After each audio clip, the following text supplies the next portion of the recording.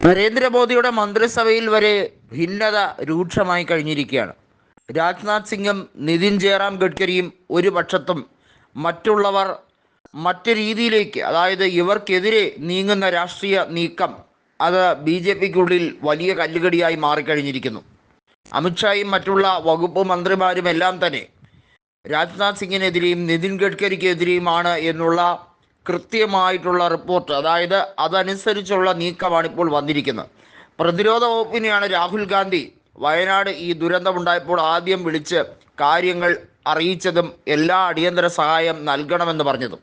സൈന്യമെത്തി Bailey പാലം നിർമ്മിച്ചത് മുതലുള്ള എല്ലാ കാര്യങ്ങളിലും അഹോരാത്രം പ്രവർത്തിച്ച സൈന്യത്തിനോട് നല്ല രീതിയിൽ നന്ദി മാത്രമല്ല, അവരോടുള്ള കടപ്പാട് രാഹുൽ ഗാന്ധി വയനാടിൻ്റെ പേരിൽ കൃത്യമായി പറയുകയും ചെയ്തു.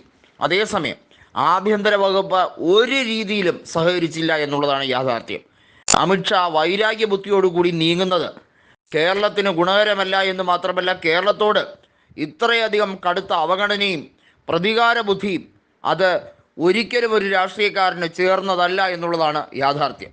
നരേന്ദ്രമോദിയും അമിത്ഷായും കളിക്കുന്ന ഈ നെറികെട്ട രാഷ്ട്രീയത്തെ അനുകൂലിക്കാൻ പക്ഷേ രണ്ടാമനായ രാജ്നാഥ് സിംഗിനോ നാലാമനായ നിതിൻ ജയറാം ഗഡ്കരിക്കോ കഴിയുന്നില്ല. വാസ്തവത്തിൽ അമിത്ഷായേക്കാളൊക്കെ എത്രയോ സീനിയറാണ് നിതിൻ ജയറാം ഗഡ്കരി. എന്നിട്ടും അള്ളിപ്പിടിച്ചതുപോലെ ആഭ്യന്തര വകുപ്പുമായി ഞെളിഞ്ഞിരിക്കുകയാണ് അമിത്ഷാ. നിതിൻ ഗഡ്കരിക്ക് RSSുമായുള്ള ബന്ധത്തിൻ്റെ പകുതി പോലും ഇല്ല അമിത്ഷായ്ക്ക്. എന്നിട്ടും ഗഡ്കരിയെ ഒന്നുമല്ലാതാക്കാൻ അമിത്ഷാ നിരവധി തവണ നാണം കെട്ട കളികൾ കളിച്ചു എന്നാണ് BJPക്കുള്ളിൽ തന്നെയുള്ള സംസാരം.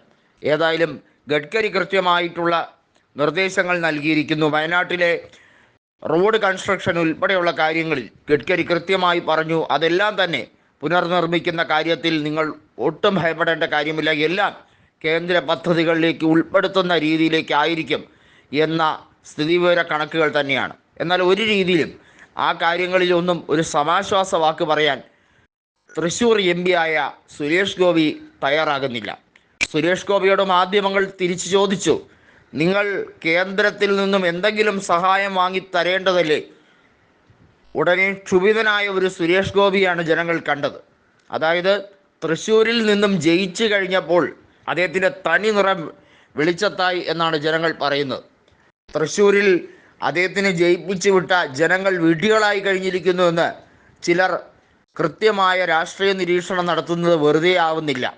അതിന് കാരണമാകുന്നത് പാലം കടക്കുവോളം നാരായണ, പാലം കടന്നാൽ കൂരായണ എന്ന് പറയുന്നത് തന്നെയാണ് ഇവിടെ സുരേഷ് ഗോപി കാണിച്ചിരിക്കുന്നത്. ജനങ്ങൾ പ്രജാദൈവങ്ങളാണ് പോലും എന്നാണ് സുരേഷ് ഗോപി പറഞ്ഞത്. എന്നിട്ട് ആ പ്രജാദൈവങ്ങളോട് എന്തേ ഇത്ര കടുത്ത അവഗണന? ജനങ്ങൾക്കെതിരെ ഒരു മാടമ്പി സ്റ്റൈലിൽ വന്നിറങ്ങുന്ന സുരേഷ് ഗോപിയുടെ ഇപ്പോഴത്തെ സ്റ്റൈല് ഉൾക്കൊള്ളാൻ മാത്രമുള്ള അവസ്ഥയിലല്ല വയനാട്ടിലെയും അതുപോലെ തന്നെ മറ്റ് ജില്ലകളിലെയും ജനങ്ങളെന്ന് സുരേഷ് ഗോപി മനസ്സിലാക്കിയാൽ നന്ന്.